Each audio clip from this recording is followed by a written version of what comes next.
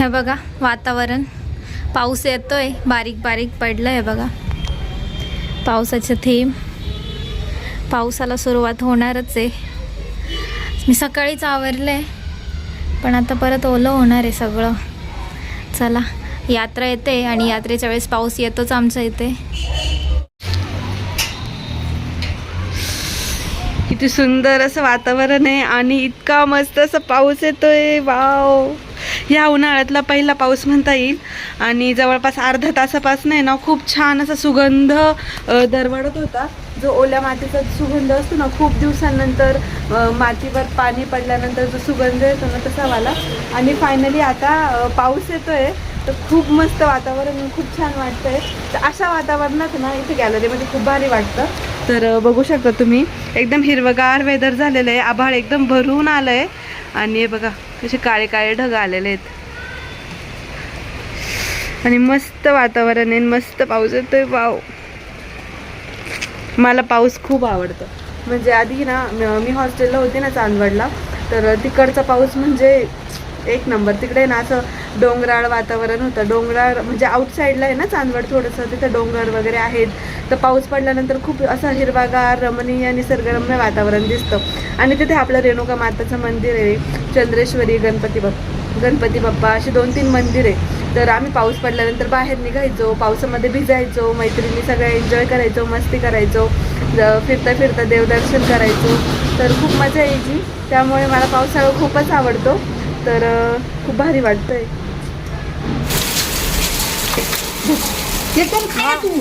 गारांचा पाऊस चालू आहे आमचा आता. मम्मी गारा खात आहे ना, आता आजारी नाही पडत म्हणतो काय गार करून आईस्क्रीम खाते. आणि कडकटाचा डेंजर पाऊस चालू आहे. गारा डायरेक्ट घरात आलाय, घरात. बापरे, घ्या घ्या, अहो घ्या ना, घेतली आजी. हा घ्या घ्या, खा गारा खा. ह्या पाहिजे पण आहे मम्मी. अगं लई एखादे ना किती घे आपण. लाईटी गेल्या आता. बस बस त्यांना. हाय, हॅलो, गुड मॉर्निंग सगळ्यांना. ऋतुपूजा ब्लॉगमध्ये तुमचं सर्वांचं स्वागत आहे. आणि आजचा दिवस तुम्हाला खूप छान जाओ.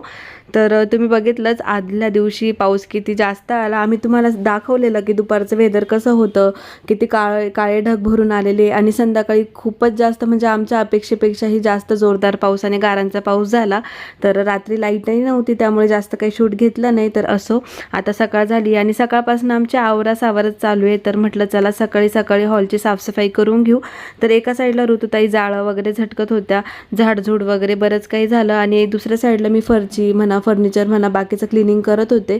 तर दोघींनी वेगवेगळे कामं वाटून घेतले, जेणेकरून लवकर कामं होऊन जातील. आणि बाकी आपल्याला स्वयंपाकही करायचा होता आणि बाळ झोपलेलं होतं, त्यामुळे मग लवकर आवरूनही झालं. आणि एका साईडला वॉशिंग मशीनमध्ये ना आपल्या घरातले पडदे वगैरे बरंच काही वॉश करायला टाकलं होतं, बेडशीट वगैरे सर्व काही. आणि जे आपले ब्लँकेट वगैरे होते ना तेही ऑलरेडी आम्ही वॉश करून ठेवले होते, त्यामुळे मग इतकं काही नव्हतं. आणि फायनली आमचं पूर्ण घराची साफसफाई कंप्लीट झाली. म्हणजे 2-3 दिवस लागले, पण डीप क्लिनिंग झाली. आणि अशी डीप क्लिनिंग आम्ही 2-3 महिन्यातून एकदा करतच असतो. हाय, गुड आफ्टरनून सगळ्यांना. ऋतुपूजा ब्लॉगमध्ये तुमचं सर्वांचं स्वागत आहे. आणि आजचा दिवस तुम्हाला खूप छान जाओ. तर जवळपास दुपारचे 12:30 वाजले आणि आत्ता मी व्हिडिओची सुरुवात करते. इनफॅक्ट आम्ही सकाळपासनं साफसफाईचंच काम करत होतो आणि आज इतकं काही शूट केलं नाही, कारण मग तुम्ही सगळे म्हणशाल सारखे साफसफाईचे ब्लॉग येत आहे वगैरे. तर तुम्हाला माहितीच आहे आता उद्याच यात्रा आहे आपल्या भरनाथांची. आणि बेडरूम आणि किचन क्लिनिंग वगैरे झाली होती, फक्त हॉल साफ करायचा होता. तर सकाळी बऱ्यापैकी आम्ही म्हणजे जाळं वगैरे काढलं, त्यानंतर फॅन वगैरे झटकला, त्यानंतर फर्निचर वगैरे क्लिनिंग झाली, किचन वगैरे क्लीन केला आणि फरची वगैरे पूर्ण म्हणजे सर्व काही आवरून झालं. आता आपलं मी इतकं इन डिटेल सांगत नाही तुम्हाला, पण साफसफाई वगैरे संपूर्ण झाली. आणि काल काही इतकं काही शूट केलेलं नव्हतं, कारण पूर्ण दिवस कामातच जातो आणि इतकं इन डिटेल दाखवायचं परत मग तुम्हालाही बोर होईल की सारखं सारखं तेच डेली रुटीन, त्यामुळे मग इतकं काही शूट नाही केलं. पण आजचा व्हिडिओ खूप छान असणार आहे, तर व्हिडिओ स्किप न करता संपूर्ण बघत राहा. आणि आज व्हिडिओमध्ये तुम्हाला मी एकटीच दिसते कारण ऋतुताई बाहेर गेलेलं आहे भाऊंसोबत. तर आमचं जे गॅसचं बर्नर आहे ना ते म्हणजे बर्नर तर ते ना जरा स्लो झालंय, म्हणजे तो जरा स्लो झालेला आहे, बारीक चालतोय गॅस. तर तो रिपेअरिंगला टाकायचं होतं आणि मिक्सरचं बटन पण खराब झालेलं होतं. तर मग ते 2-3 टेक्निकल काम होतं, तर ते दोघं जण गेलेत गाडीवर आणि आई आहेत खाली, आजी आहेत. तर आपल्या बाळाला मालिश वगैरे करतायत, मसाज करतायत.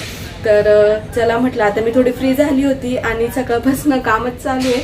आत्ता मी फ्री झाली, म्हटलं चला सगळ्यांशी बोलू, सकाळपासून काही बोलायला जमलंच नाही, तर त्यामुळेच मी आता सुरुवात केली.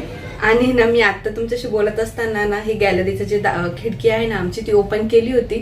ती खिडकी उघडल्यानंतर ना खाली जितके लोक बोलतात ना सर्व आवाज वरती येतो आणि मी बोलत असताना बॅकग्राऊंडला जो आवाज येतोय ना तो आवाज तुम्ही इग्नोर करा, तो अजिबात चांगला नाही वाटत आहे, मी जे बोलते तेच ऐका. तर असो खूप गरम होते, पण फॅनचं पण बेरिंग जरा बिघडली आहे, तर त्यामुळेच मी विंडो ओपन केली होती, पण बंद आहे ती सध्या. आणि गरमीचं वातावरण आहे, काल पण खूप गरमी झाली होती, म्हणजे गरमीमुळे ना सध्या 5 दिवस ना पाऊस सांगितलाय आणि पावसामुळेच खूप जास्त गरम होतंय. इतर वेळेला इतकं गरम होत नाही, पण दमट हवामान आहे थोडंसं आणि खूप वारं वावधान आहे 2-3 दिवसापासून. त्यामुळे मग आम्ही वाळवणीचे पदार्थ केले नाही, कारण आम्हाला बरंच काही करायचं होतं. आता सध्या तरी फक्त आपले वडेच करून झाले आणि खिरीच्या पापड्या केल्या, त्याही 2 किलोच्या, तर त्याही आपल्याला करायच्या. पण म्हटलं चला आता सध्या हे कार्यक्रमाचे 2 दिवस जाऊ देऊ आणि घरामध्ये गेस्ट पण येणार आहे, मिस्टरांचे मामा मावशी वगैरे सर्व जण येणार आहेत. तर मग इतक्या गर्दीमध्ये पदार्थ बनवायला काढणं पण चांगलं नाही, उडदाचे पापड वगैरे करायचे. तर सध्या सगळं आपण थांबवलंय कारण पाऊस कधीही येऊ शकतो. आणि काल तुम्ही बघितलंच तर खूप जोराचा पाऊस आला होता सिन्नरला, पूर्ण म्हणजे असं म्हणू शकतो आपण गारांचा पाऊस होता. म्हणजे लिटरली आता जवळपास आमचे जे रिलेटिव्ह आहेत ना काही जणांनी स्टेटस वगैरे टाकलेले, तर अक्षरशः म्हणजे गारांचा ढीग लागलाय, इतका गारांचा पाऊस झाला. आणि असं म्हणतात की पहिला जो गारांचा पाऊस असतो ना त्या गारा पडलेल्या असतात ना त्या आपण खाल्ल्या पाहिजे, त्यामुळे आपली हीट कमी होते. तर ताईंना कांजना झाल्या होत्या ना, तर मम्मीनी त्यांना गारा खायला दिल्या होत्या. इनफॅक्ट मीही 2-3 गारा खाल्ल्या आणि गारांचं पाणी पिल्याने पण आपले बरेच आजार कमी होतात असं म्हणजे जुने लोक म्हणतात. आणि आमच्या आजी आलेल्या आहेत तर त्यांनी आम्हाला सांगितलं, सो आम्ही पण 2-2 गारा खाल्ल्या. तर घरामध्ये ना काल रात्री लाईटच नव्हती, लिटरली 3 ते 4 तास लाईट नव्हती. 8-8:30 वाजता लाईट गेली, तशी ती रात्री 12:30-1 वाजता आली. आणि आमच्या गल्लीमध्येच त्या बाजूला लाईट होती, म्हणजे मम्मीच्या घराची जी लाईन आहे ना त्या साईडला लाईट होती, आमच्या इकडे लाईट नव्हती. काहीतरी वाऱ्यामुळे काहीतरी इलेक्ट्रिकल इश्यू झाला होता, तर रात्री लाईट नव्हती, त्यामुळे काही शूट नाही घेता आलं आम्हाला आणि काही शेअर नाही करता आलं. थोडंफार जितकं आम्हाला व्हिडिओ घेता येईल ना तितकं घेतला. तर गारा वगैरे तुम्हाला आम्ही दाखवल्याच. आणि लाडू आपला थोडासा घाबरला होता कारण खूप जास्त विजा चमकत होत्या आणि त्याच्यासाठी पहिलाच पावसाळा आहे हा, तर त्यामुळे तो थोडासा घाबरला होता. आणि लाईटही नव्हती, त्यात फोनमध्येही चार्ज नव्हती, म्हणजे चार्जिंग नव्हती. अमोल भाऊ आणि मिस्टर बाहेर होते, आम्ही दोघीच होतो. तर मग असं काही होतं कालचं वातावरण. तर असो म्हटलं चला आता आवरलंच तर बोलू तुमच्या सोबत. आणि 1-2 ताईंच्या कमेंट होत्या, त्यांचेही उत्तर द्यायचे होते, तर म्हटलं चला आज म्हणजे प्रत्येकाला उत्तर देऊ कमेंट्सचं. तर एका ताईंची कमेंट होती की त्यांचं बाळ 2 महिन्याचं आहे आणि बाळाचं वजन वाढण्यासाठी काय करायचं. तर ॲज अ डॉक्टर मी तुम्हाला सांगू इच्छिते आणि माझा अनुभव पण, तर जवळपास बाळाला 6 महिने ते 1 वर्ष बाळाला दुसरं काहीही खाऊ नाही घालायचं, फक्त आईचं दूध हेच पुरेसं असतं. आईच्या दुधातून बाळाला जितकं काही पाहिजे, प्रोटीन्स असो किंवा काही मिनरल्स असो, सगळं काही ते सगळं काही भेटून जाते. इनफॅक्ट काही जण म्हणतात की उन्हाळा खूप जास्त आहे, कडक ऊन आहेत आणि बाळाला आपण वरचं थोडंसं पाणी पाजू, थोडंसं 2-2 चमचे पाणी पाजावं वगैरे, तर त्याचीही गरज नाही. म्हणजे काही जुने लोक म्हणतात की गरमीचं बाळाला पाणी पाजलं पाहिजे. मग काही लोक तर 2-3 महिन्याच्याच बाळाला पाणी देतात, पण असं नाही करायचं. आईच्या दुधामध्ये 90% पाणीच असतं, त्यामुळे बाळाला वरचं पाणी द्यायचीही गरज नाही आणि वरचं काही खाऊ घालायचीही गरज नाही. 6 महिने ते 1 वर्ष आपण बाळाला फक्त आईचं दूधच द्यायचं, दुसरं काहीच द्यायचं नाही. हा ॲडिशनल तुम्ही बाळगुटी देऊ शकतात, त्याच्यामध्ये आयुर्वेदिक इन्ग्रेडियंट्स असतात, जसं ते हिरडा असतो, जायफळ असतं, त्यानंतर काजू नाही सॉरी बदाम असतो. त्यामध्ये आपण बाळाला थोडंसं गोड वाटावं म्हणून खारीक देऊ शकतो उघडून. तर बदाम, खारीक आणि मी ॲडिशनल म्हणजे पर्सनली मी अक्रोड देते, कारण अक्रोड हे आपला मेंदूच्या विकासासाठी चांगलं असतं. सो मी बदाम आणि अक्रोड त्यामध्ये इन्व्हॉल्व करते आणि बाकीच्या ज्या बाळगुटीच्या वस्तू आहे त्या आपल्या दुधातूनच उघडून द्यायच्या आणि प्रत्येक गोष्टीचा एकच वेळा द्यायचा. जसं जायफळ वगैरे असेल किंवा सुंठ असेल, जर बाळाला सर्दी खोकला असेल ना तर आपण जायफळ सुंठ वगैरे ते द्यायचं. आणि बाळगुटीमध्येच ना बाळगुटी घेताना एक पेपर भेटतो बाळगुटीच्या बॉटलमध्ये, त्यामध्ये दिलेलं असतं की सर्दी झाल्यावर काय द्यायचं, खोकला आल्यावर काय द्यायचं किंवा प्रत्येक गोष्टीसाठी काय काय द्यायचं ते त्यावर लिहिलेलं असतं. तर तसं आपण फॉलो करायचं, म्हणजे बाळाला वरचे केमिकलची औषधे द्यायची काही गरज पडत नाही. असं गरज पडली तर आपण द्यायचं वरचं हे औषध, म्हणजे मेडिकलमध्ये जे भेटतं ते. पण जितकं आपण नॅचरल आणि आयुर्वेदिक देऊ तितकं बाळासाठी चांगलं असतं. तर बाळगुटी सोडून दुसरं बाळाला काहीही द्यायचं नाही. आईचं दूध पुरेसं असतं. आणि तुम्हाला वाटत असेल की तुमचं दूध कमी पडतंय वगैरे, तर तुम्ही सकाळ संध्याकाळ दूध घ्या. दुधामध्ये तुम्ही शतावरी टाकून घेऊ शकता, कारण शतावरी हे आयुर्वेदिक आहे आणि त्याने बाळाचं म्हणजे आपलं दूध वाढतं असं म्हणतात आणि बाळाचं पोटही भरतं. आणि जेव्हा आई दूध पिते ना तेव्हा दुधाने दूध वाढतं आणि बाळालाही दूध भेटतं. तर असं काही आहे. आणि माझं रुटीन जर बोललं तर म्हणजे जितकं आपण चुरून खाऊ ना तितकं चांगलं असतं. तर ह्या मागचं लॉजिक मलाही माहिती नाही, पण म्हणतात की चुरून खाल्ल्याने बाळाला काही त्रास होत नाही आणि बाळाचं पोटही चांगलं साफ होतं वगैरे. तर डाळ भात असो किंवा खोबऱ्याची रशी असो, चपाती असो, सर्व काही चुरूनच खायचं. आणि आपण जे भाज्यांना वाटण करतो त्यामध्ये खोबऱ्याचा समावेश करायचा. असं म्हणतात की खोबऱ्याने आईचं दूध वाढतं, तर खोबरं चांगलं असतं. आणि आपण जे काही खाऊ ना त्यामध्ये गावठी तुपाचा समावेश करायचा. खारे खोबऱ्याचा लाडू खायचा, जेणेकरून आपले जे काय म्हणतात आपण जे काही लॉस केलंय, आपले हाडं वगैरे सांधे काही दुखत नाही. तर असं आपलं पौष्टिक जेवण ठेवलं ना तर मग बाळालाही काही त्रास होत नाही. आणि अजून एक टिप सांगते. माझ्या मम्मीने काय केलं माहिती का, जेव्हा म्हणजे बाळ झाल्यानंतर मी जेवण करायची ना आणि माझी भाजी वेगळी असायची, पण घरामध्ये त्यांनी समजा साबुदाण्याची खिचडी बनवली आहे किंवा पनीरची भाजी वगैरे दुसरं काही बनवलंय, त्यातून मम्मी मला 2 घास द्यायची की खा तू, टेस्ट म्हणून 2 घास खा. आणि म्हणजे सवयही लागते बाळाला. म्हणजे आपण म्हणतो ना की आपण रुटीनमध्ये आपलं जेवण वेगळं आहे आणि अचानक आपण दुसरं काही खाल्लं तर बाळाचं पोट वगैरे दुखू शकतं, कारण किंवा मग बाळाला जुलाब होतात, बाळाला पोट साफ होत नाही, असे काही प्रॉब्लेम्स येतात. पण मम्मीने म्हणजे पहिल्यापासूनच मला सवय लावली की तुझं जेवण वेगळं तर आहेच, पण तू 2 घास दुसरी ही भाजी खा, जेणेकरून बाळाला ही सवय होईल सर्व काही पचवण्याची. तर इनफॅक्ट मी तुम्हाला सांगते, मी 2-2 खारे खोबऱ्याचे लाडू खाल्ले ना तरी बाळाचं पोट कधी दुखणार नाही किंवा असं काही आहे की बाळाला काही त्रास होत नाही, जेणेकरून बाळाला ही सवय लागते. अजून एक कमेंट होती एका ताईंची की तुमचं बाळ सारखं शी करायचं का? तर हो, म्हणजे असं म्हणतात की काही बाळांना हाग्र बाळसं असतं, काही बाळांना वक्र बाळसं असतं, असं बाळशाचेही प्रकार असतात. तर काही बाळ असे असतात की एकदा पॉटी केल्यानंतर 4 दिवस पॉटी करत नाही. तर प्रत्येकाचं वेगवेगळं असतं. तर माझ्या बाळाचं कसं होतं, जेव्हा तो 1.25 महिन्याचा होता ना तेव्हा तो खूप शी करायचा, म्हणजे अगदी म्हणू आपण की 10 मिनिटात तो पॉटी करायचा आणि एकदम थोडी करायचा, ज्यामुळे काय व्हायचं जवळपास 2 टब त्याचे बाळा ते असायचे धुण्यासाठी. आणि गरम पाण्यातच त्याचे कपडे वॉश करायचं डेटॉल वगैरे टाकून, आणि ते बाळासाठीही चांगलं असतं.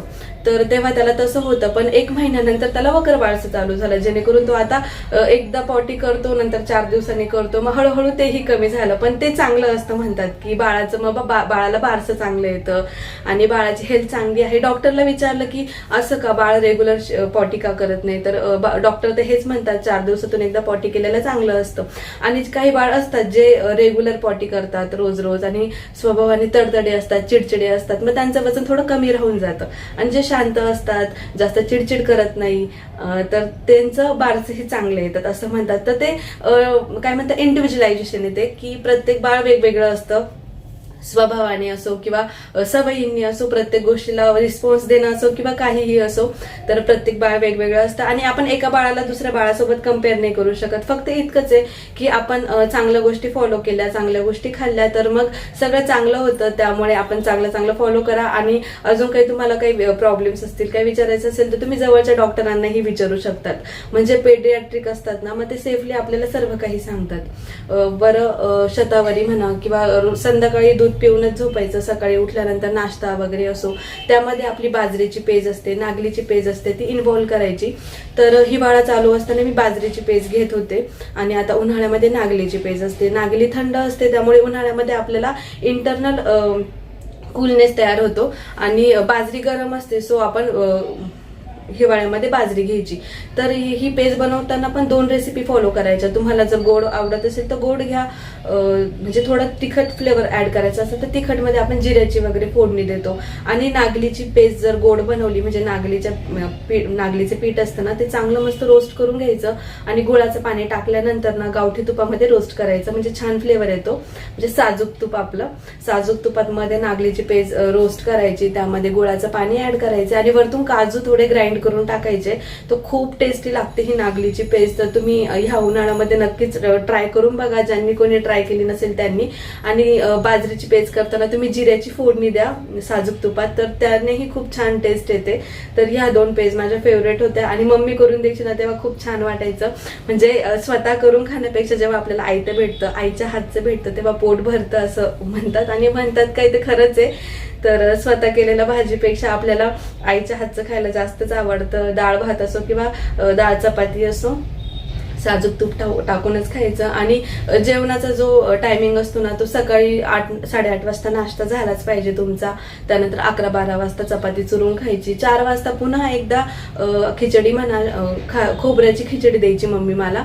म्हणजे हिरवी मिरची, कोथिंबीर, लसूण आणि ओलं खोबरं ते ग्राइंड करायचं आणि फोडणी वगैरे दिली की तो मसाला आपण फ्राय करायचा आणि तांदूळ धुवून टाकायचे, पाणी टाकायचं, मीठ टाकायचं. तर अशी वाली खिचडी, त्यामध्ये तुम्ही कांदा, टोमॅटो आणि बटाटाही ऍड करू शकतात, शेंगदाणा वगैरे, खूप छान लागतं. तर ही वाली खिचडी तर माझी फेवरेट आहे आणि मला जेव्हा कधी आठवण येते ना तर मी 4-4:30 करून खातेच. तर म्हणजे दिवसभरातून आपण जितकं खाऊ ना तितकं चांगलं असतं. आणि आपण खातो त्यानंतर बाळाला दूध बनतं. जर तुम्हाला वाटतंय की दूध कमी, तुम्ही तुमच्या जेवणाचा टायमिंग वाढवा, म्हणजे अजून एकदा खाय एक्स्ट्रा, म्हणजे जेणेकरून बाळाला दूधही येईल आणि आपली पण हेल्थ चांगली असते. आपले जे म्हणा, आपण डिलिव्हरीमध्ये आपल्याला ब्लड लॉस होतं, कमजोरी म्हणा, थकवा म्हणा, हाडं दुखणी वगैरे, असं बरंच काही प्रॉब्लेम्स असतात. तर त्यामध्ये म्हणजे जे काही आपलं जातं ते आपल्याला भरून निघतं. आणि ते भरून निघण्यासाठी अजून एक उपाय आहे, बाळंत काढा. तर जेव्हा माझी डिलिव्हरी झाली तर तेव्हा मला खूप साऱ्या ताईंच्या कमेंट होत्या की पूजा बाळंत काढा घे म्हणून.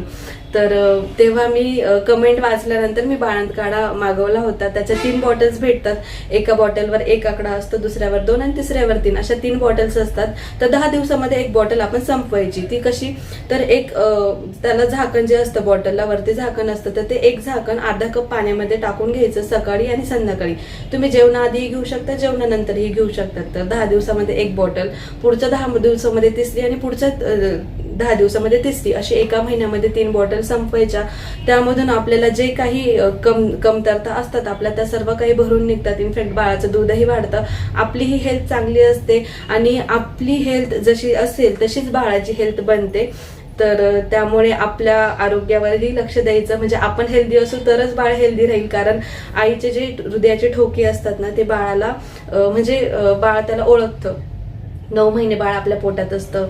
बाळ आपले प्रत्येक इमोशन, प्रत्येक हृदयाचे ठोके म्हणा किंवा जे काही असेल ते बाळ आपल्याला अनुभवतं. जेणेकरून ते बाहेर आल्यानंतरही आपण त्याला जवळ घेतो ना, तर आपल्या मूडनुसार, म्हणजे आपली चिडचिड झाली तर बाळही चिडचिड करणार, असं असतं. तर आपण जितकं हेल्दी राहू, खुश राहू, आनंदी राहू, तितकंच बाळ पण हॅपी राहतं. त्यामुळे स्वतःचीही काळजी घ्यायची आणि बाळाचीही घ्यायची. तर जास्तच बोलली मी असं वाटतंय, पण तुम्हाला सर्वांना माझं बोलणं कसं वाटलं, जे काही तुम्हाला अजून विचारायचं असेल नक्कीच तुम्ही कमेंट करू शकता. आता मी इथेच थांबते. तर आजचा व्हिडिओ खूप छोटा होता आणि आज इतकं काही नव्हतं, त्यामुळे म्हटलं चला, खूप साऱ्या ताईंचे प्रश्न आहेत तर त्यांच्या कमेंट्सची उत्तरं देऊ. तर आजचा व्हिडिओ मी इथेच थांबवते. तुम्हाला सर्वांना व्हिडिओ कसा वाटला कमेंटमध्ये नक्की सांगा. व्हिडिओ आवडला असेल तर लाईक करा, शेअर करा आणि आपल्या चॅनलला सबस्क्राईब करायला विसरू नका. पुन्हा भेटू उद्याच्या नवीन ब्लॉगमध्ये. तोपर्यंत सर्वांना बाय बाय.